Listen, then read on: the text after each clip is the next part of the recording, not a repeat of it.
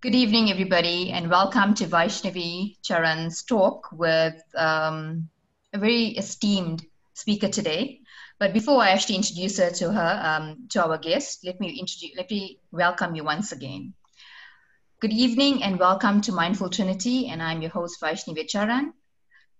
Our talk for today is basically on creating self-love patterns in your life.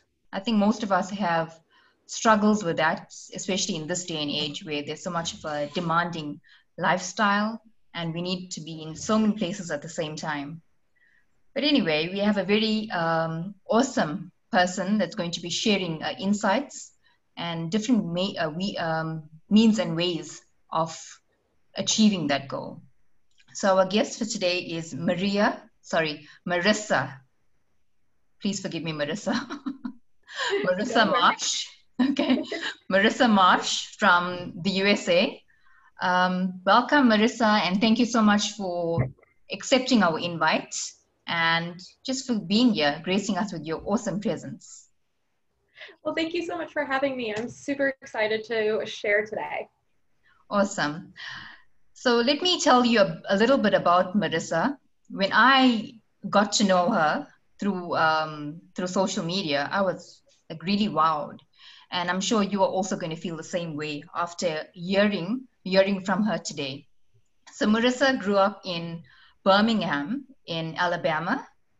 She graduated from the Alabama School of Fine Arts with a specialty in dance. Marissa then moved to Pittsburgh, Pennsylvania to study modern dance at Point Park University.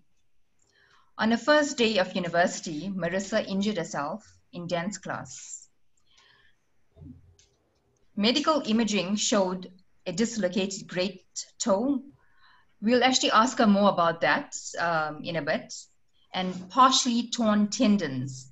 It was estimated that Marissa would need at least 6 months of recovery time on crutches and in a boot, along with physical therapy. Marissa wanted a faster recovery, and so she started exploring multiple avenues for health and performance and rehabilitation. She knew she wanted a big change, which meant focusing on more than just bone and tendon support. With the daily routines she created within the 4 months, she was once again dancing and performing. Marissa is fascinated about the body, how the body works, and when given the best tools, how the body can change and heal itself.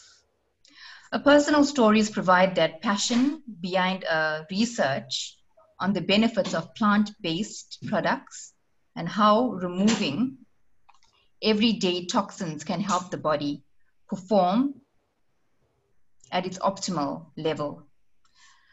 Marissa is an internationally known certified NLP self-love and mindset coach.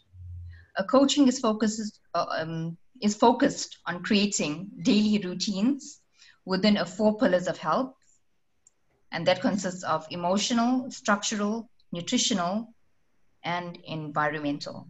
Wow, Marissa, that is actually a mouthful, and I'm so intrigued and I'm so engrossed in actually learning more. If you want to add anything further to this and tell us about the great toe, what does that mean? Yeah, absolutely. So hi, everyone. Again, thank you so much for having me. I am super excited to share with you all today. So the great toe, that's actually the big toe on your foot, that really big toe. Okay. And so what happened was I had gotten into the school of my dreams on a full scholarship, dancing. It's number 2 in the world for dance. So this was like a top tier dance company that I was going to be working with and studying with. And dislocating and tearing a bunch of tendons in your foot is not what you want to do when you then have just moved across the country by yourself. You're 18 years old, and the doctor comes in and says, by the way, this might be the end of your career. And as you guys heard in my bio, I went to a performing arts high school, so I had already determined this is the direction that I was going. And then going into university, that was the next level. And I had somebody come and tell me, your dream career is over. And I decided it wasn't going to happen. I was going to look at every other option possible. And just because this one person determined in their scope of work that there was no other options, that doesn't mean that I can't find other options and look for other solutions. So that's when I started really developing and creating my own self-love routines that benefited my body on a cellular level. And it wasn't just about healing the foot itself. It was about healing the emotional side of it, making sure that my body didn't have any added stressors going on. And I was also still rehabilitating my other muscles. As if you don't know, dance is a full body workout. So just because my foot isn't working, that still means I have to be keeping the rest of my body in a specific condition. So I was looking at, as you know, my 4 pillars of health, and I was going through each one and making sure I was eating the right food, making sure I was still working out, still staying in my stretch mode, because you have to have a lot of flexibility when you're a dancer as well. And so all of these things, after I was going through them and after I recovered in less than half the time that the doctor said I would, I started recognizing that there were other tools that I had developed that I could teach other people who really think maybe they're hitting a burnout or maybe they're just wanting to up level within their wellness. And so that's where my coaching actually came from, is from taking care of myself and finding tools that worked and worked fast. And then now I get to teach them. Really inspirational. So thank you so much for being here to share all of that with us. And I'm very, very interested to learn more. Because with me being a yoga teacher, sometimes I feel like I'm actually giving more than I'm supposed to. Sometimes I actually also need to take a step back and just allow myself to rest and be. So yeah, I'm actually very, very excited to be educated in this today. So what would you say? What does self-love really mean? Absolutely. So this is one of the biggest questions that I get. And I really think it's about having a high regard for your own well-being and happiness, taking care of your own needs and not sacrificing your well-being to please others, not settling for anything less than you deserve, knowing your values and stating your boundaries and really determining what those boundaries are. So you're taking the time to actually fill your own cup, checking in with your body so that then when you go, and like you said, you're a yoga teacher, when you go and teach those classes, when I go and perform, when I go out into the world, I'm pouring from a full cup and I can pour and serve and share to others without taking it away from me and feeling like I am just completely drained at the end of the day. I want to feel motivated and have more energy to continue working instead of each day dwindling down. So self-love is really creating these amazing tools within your daily life that keep you running optimally. Very, very beautifully put. And I need to take this advice more and more serious. Why? Oh, we all do. Yeah, that's so true.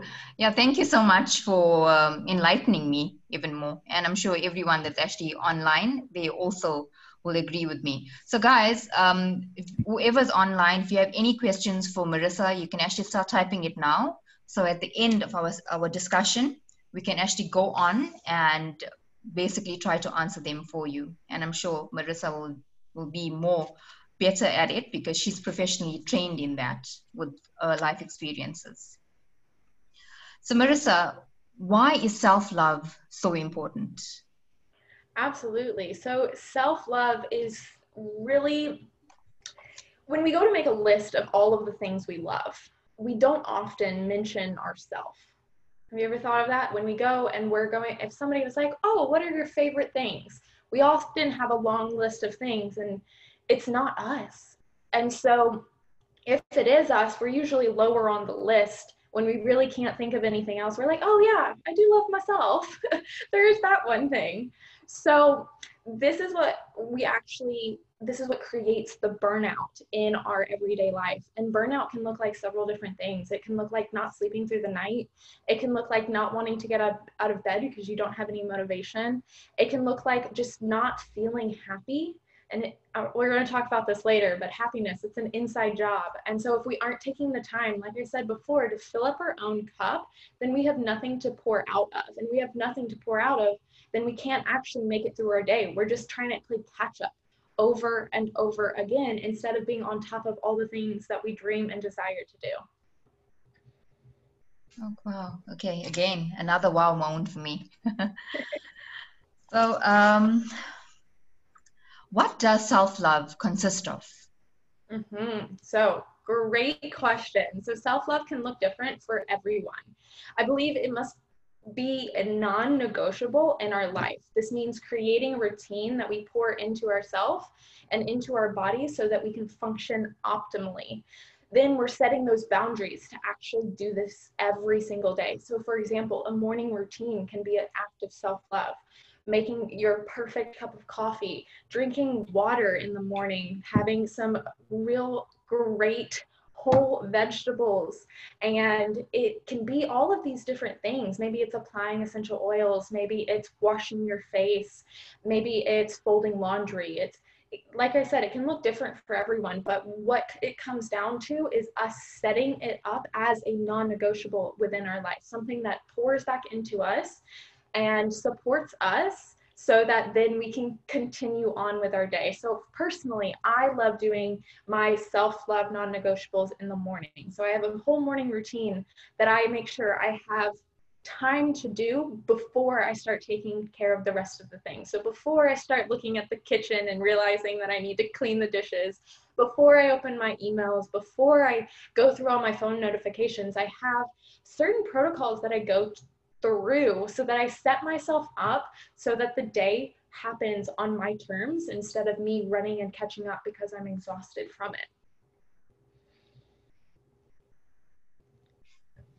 Thank you. So, how does one put themselves first without feeling guilty? Because most of the time, when a lot of a lot of people basically rely on us for many things. Okay, take for me example, a yoga teacher. I've got my students relying on me, and if I cannot make it to the class on that day, I feel like I let down my students for that time of the day. But maybe I'm actually feeling burnt out and I really do need some recovery time. And normally I actually do feel guilty because I like to be there for my students because, again, as I said, they rely on me. So what advice would you give to someone like me? Yeah, absolutely. And this is such a common question because typically when we don't have a self-love routine, it almost comes back and looks at we feel less like we're worthy of a self-love routine. We feel like we have to pour into so many other people that we don't have the time for ourselves because I have to go do this for somebody else. And so because we're so busy, we're usually jumping from one thing to the next. So you want to make sure that you're starting to shift that and start taking care of yourself. And it starts with your mindset, like believing that you can create this self-love routine. One of my favorite quotes that I have ever heard, and I live by this every single day, is if you believe it, you can. If you don't believe it, you cannot. And I think that's so important. So we have to believe that we're worthy of having this self-love routine so that we don't have this burnout that happens. We don't fall below the wellness lines. We're actually taking care of our body so we are functioning optimally and taking that time for ourselves. So one of the best things that I can recommend to you is really looking at your core values and then all your priorities and seeing if they align. And then once you have that written out, it's very important to write these things out. That's how your brain really connects with you, is look at your daily routine. So write out what your general schedule is from Monday through Sunday and see where the holes are and see where there's times. And usually when we've had a burnout experience happen, there's buckets of time that we're just sitting because we're stuck in a decision fatigue state where we are so overwhelmed with all the things we have to do. We have to catch up on X, Y, and Z. We have to run and pick up our friend from the zoo. You know, there's so many different things going on that we can find these buckets of time in our days and start plugging in our self-love routines that connect with our values and our priorities. Just a little bit around that, what you actually mentioned right now, it's all very, very good advice. But how would you advise us not to feel selfish? And sometimes when you feel guilty, as I mentioned, And Mm-hmm. maybe some people, or maybe someone else basically is so used to getting that type of um, whatever, maybe behavior or anything of that sort from you. Mm-hmm. And they feel maybe neglected, that you're not giving them the same amount the next day or the next month or whatever it may be. How would you come across to not feel selfish or seem selfish? Yeah, absolutely. Love this question. So this is where we really have to establish our boundaries and make them clear with all of our clients. For example, if I didn't set a boundary of my clients can only message me during XY hours, or I'm personally only going to respond during XY hours, then I would be up all night responding to people because I have clients all over the world. So if I am not taking care of myself, then those clients actually don't get the time that they deserve. But switching into that takes time because you have to have your self-love values set up first. And you have to know what those boundaries are so that you can establish them. I like calling this our foundation. Where are we right now? Looking at all the good, looking at all the bad, and really laying it all out. And so we're clear about it. From there, you have your foundation. This is what you're walking on currently. And then you can grow from there. You can create the next level. So you can create a staircase and start stepping one step at a time up the ladder. So for example, if you're worried about a client not getting the same attention, make it clear to them what attention you are going to be giving them, and just say, hey, this is where I'm creating my self-love routine, and maybe make it a practice and a homework session for all of your clients so that they also create their own self-love routines and they take that time for themselves. So you're still showing up for them and you're actually giving them responsibility to take it within and take care of themselves as much as they possibly can. What I found is the more that we can take responsibility of where our foundation is, where we are today, the more we can grow and up level ourselves and create more of an amazing transformation. Because if we don't know where we are, then we can't take responsibility for it. Wow, very beautifully put. So yeah, again, thank you. I'm just so grateful for all of this beautiful answers. It's just to put it into practice now. So how would you advise us? How does one develop self-love or self-love Yeah. routine?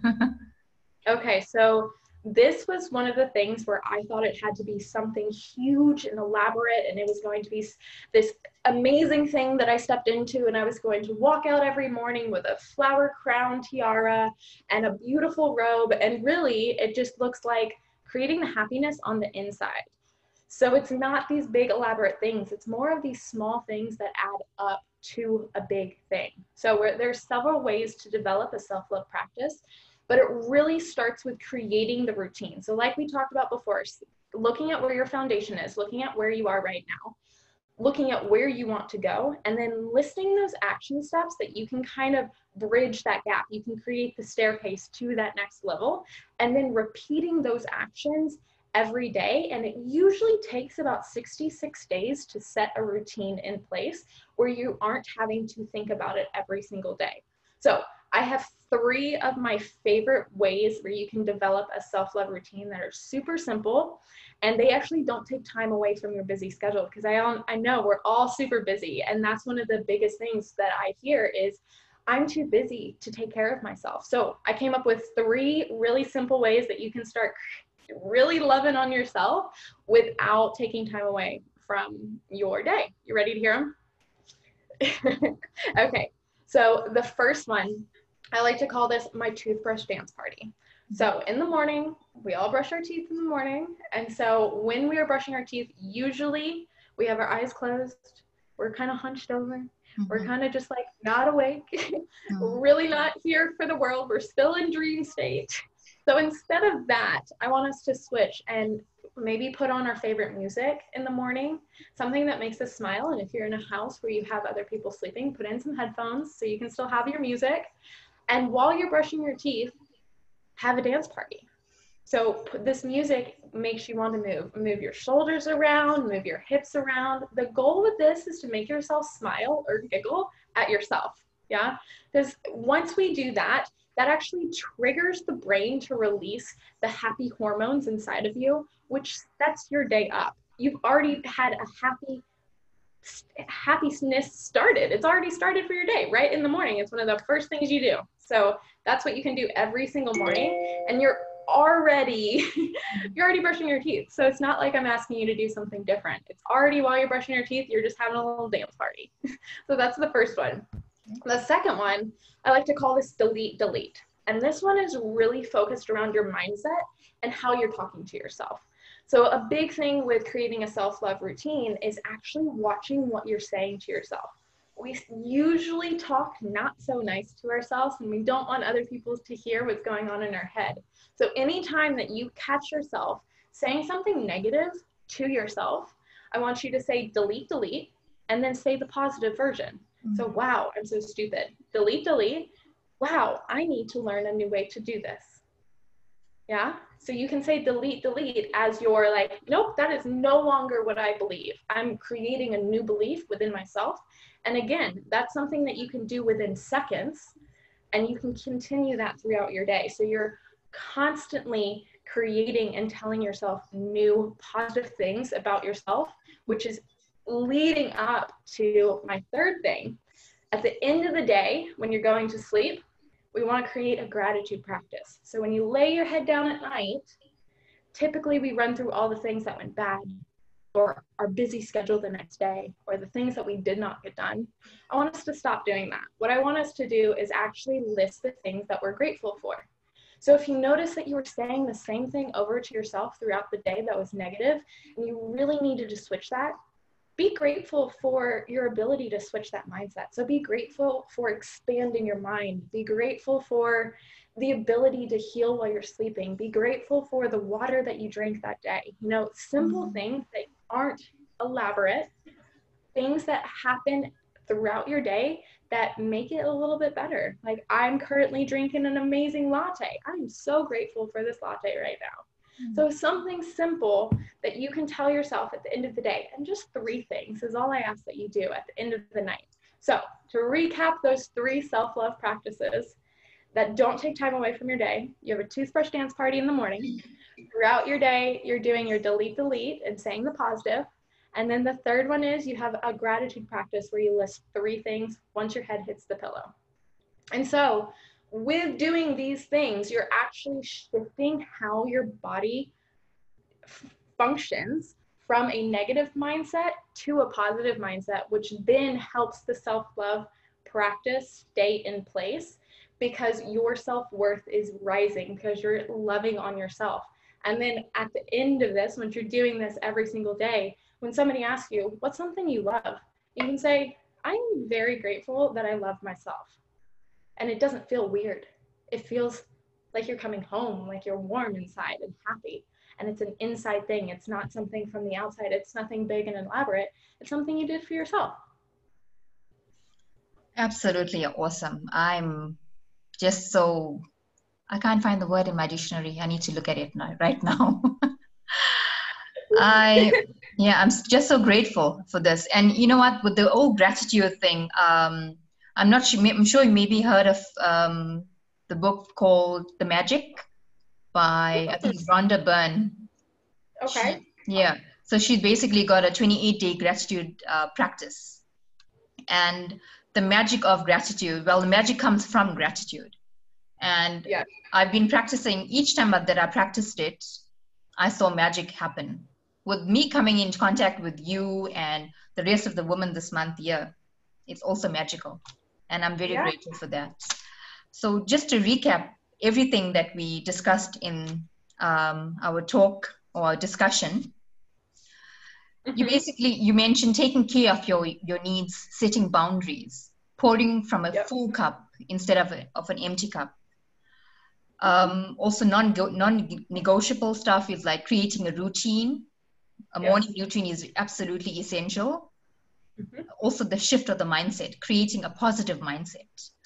If you believe it, if you believe it, you can achieve it. And if you don't believe it, then of course you cannot. And setting your core values and see if it aligns establish boundaries. The foundation is the most essential.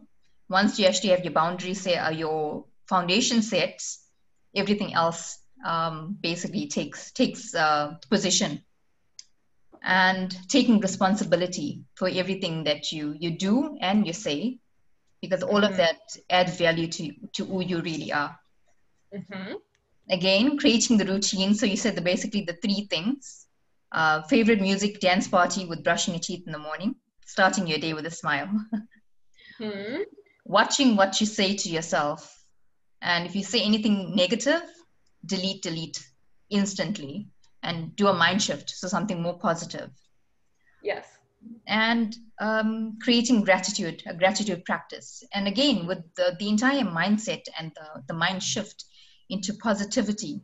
Sometimes it is difficult for certain people if they are conditioned that way.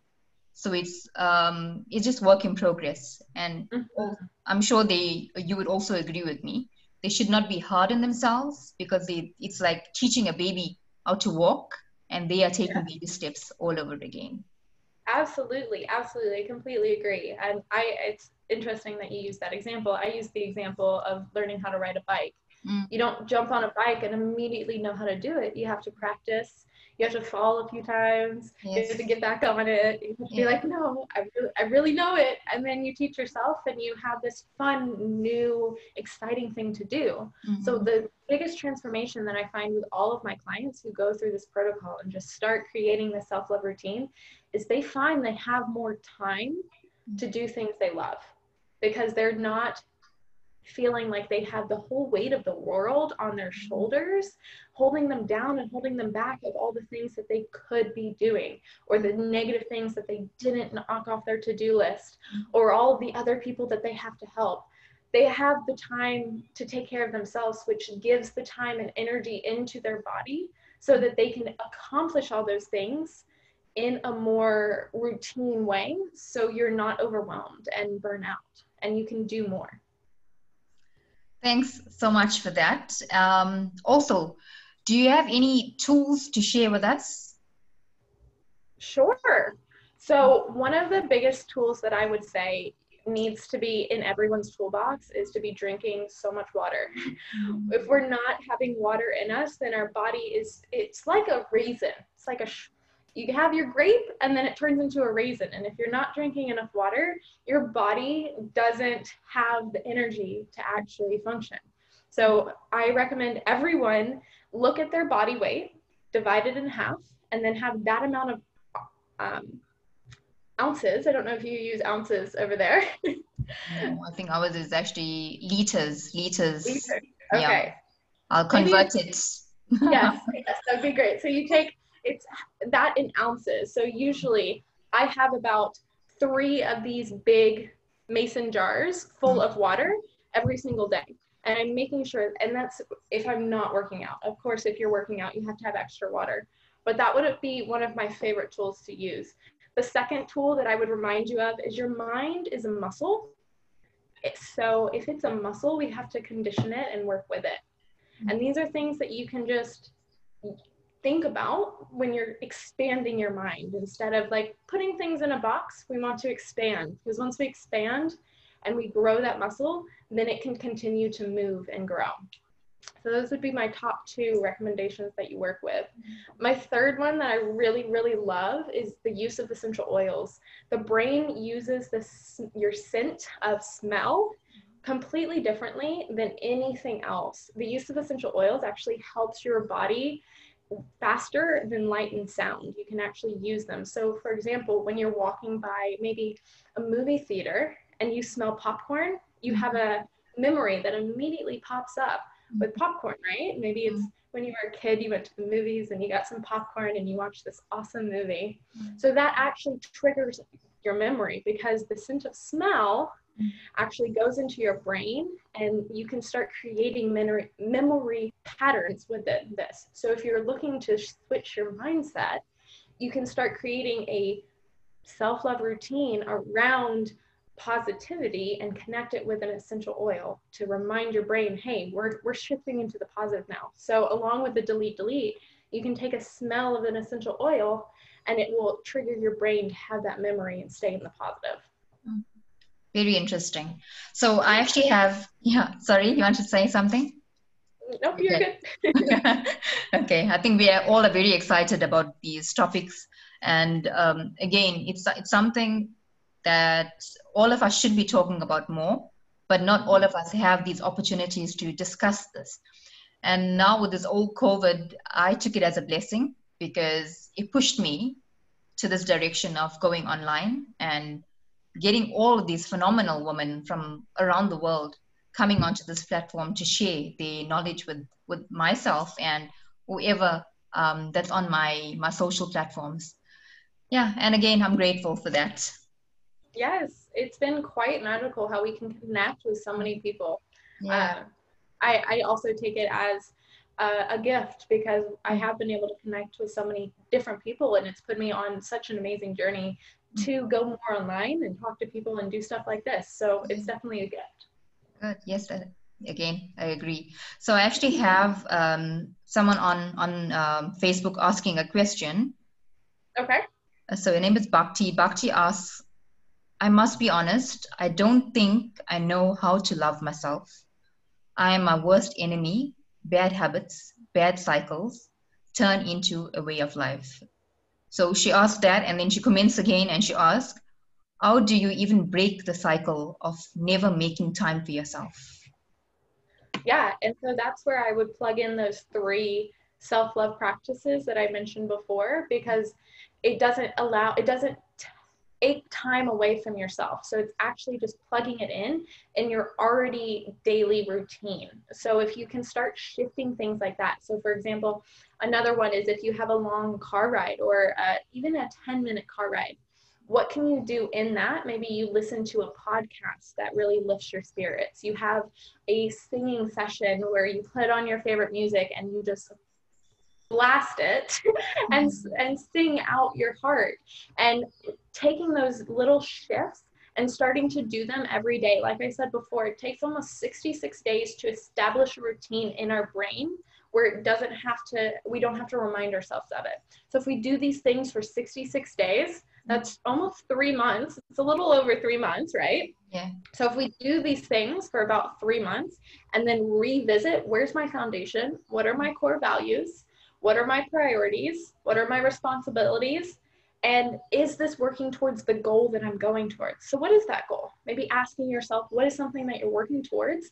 And then creating a 3-month action plan that you can work towards that with. And so then you just come back and you look at where's your foundation and just repeat that on every 3 months and then continually work on it. It's a journey. It's not about the destination.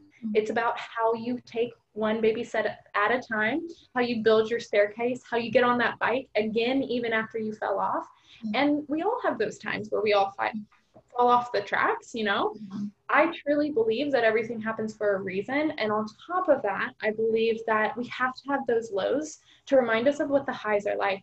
Life is a roller coaster. There's always ups and downs. But if we don't have the downs, then we don't know what an up is. So if we're focusing on working towards a dream or a goal, then it's almost like we're working on an upward roller coaster. Yeah. And then you check where's your foundation. That's like the checkpoint. And then you go up again and it goes up and down, but you continually work on it and develop new self-love routines based on what season of life you're in. Okay. So you say 66 days for I think it's the brain to be programmed to be doing stuff that's a certain way. What happens? I know you did speak about the highs and lows, and sometimes after you do have the down days and the up days and all of that. But during that 66 days, what if you do fall off the wagon and you don't really have the motivation or the inspiration to get back on? Sometimes we actually harden ourselves. Yeah, that's why you need a coach. Right there. Okay. You need that accountability. So if you don't have a coach that you can work with, then find a friend that you can connect with and they can be like, hey, how are you doing? Like, let's have a weekly check-in where we look at what we're working towards. We look at our self-love routines and they actually hold us accountable for that. So that's another way you can do this. For example, when I have somebody come to me and they want to work towards some fitness goals, the first thing I say is, can I be your accountability buddy? Or do you have somebody in your life that can go running with you or can go to the gym with you? So they have that accountability, because it's hard to do it alone. It's not fun either, because once you hit that down point, it takes a lot of motivation within your body. And if you have a bunch of other stressors in your life, then you need that accountability, that coach to be like, hey, let's go. We have some goals to work on. We are working off this foundation and on to the next level of the foundation. And so that's what I would recommend. If you're somebody who notices that you fall off the wagon often, or if you notice that you don't finish projects, you totally need a coach. Okay. It's like positive association, like-minded people. Correct. Exactly. I know you did give us tools, I mean, all verbal. Do you have anything written that maybe our viewers can actually go on and help them to keep track of anything? That's a great idea. I should create that. Okay. You can definitely go and check out my website. I have a few blogs that talk about really creating self-love routines and shifting your mindset and different ideas just to think about. If you're hitting those low points, then there's added stressors that maybe you aren't thinking about. So you can look at, number one is in your environment. There could be toxins hiding in your environment that are actually slowing you down, not letting you sleep, creating mental fatigue, creating hormone imbalances. So those are added stressors where you could be doing amazing, and it's just your environment is slowing you down a little bit. So again, if you check out my blog, it's EssentialJuniperCo, and we can write this out, .com. Yes, please do that. You can actually comment on the comment section for them to actually. Absolutely. I will tag my blog in the comments, and there's some great tips. And then I have classes and videos on there as well that you can look at. Oh, wow. Thank you so much. We already come to an end. It's so interesting. I don't want to stop, but we have to. But I'm sure we will have more topics. We'll keep in contact, and let's see what our viewers want for the next discussion. And I'm sure, again, we'll be doing more of this. Thank you so much, Marissa, for accepting our invite and being here with us. Let me just double check if there's any further questions before we call it an end. Sounds great. And if anyone has any other questions and they're catching the replay, feel free to put them down in the comments and I can absolutely respond. Yes, please. You can just comment replay, you can hashtag it, and you can actually just mention Marissa's name. Marissa is on our page as well, so she will be able to go on and answer them. Again, thank you so much, Marissa, and thank you so much, guys, for tuning in. And hopefully you enjoyed it. I know I did. And yeah, we'll see you next month. Next month is Heritage Month in South Africa, so I'm also going to be planning more events. Just to end our Women's Month, we had loads of phenomenal, inspirational women globally come onto this platform, sharing all of the knowledge and their tools, experiences, and basically everything, all in one, all holistically given to us very kindly. They shared their time and their knowledge with us. So I'm actually very grateful to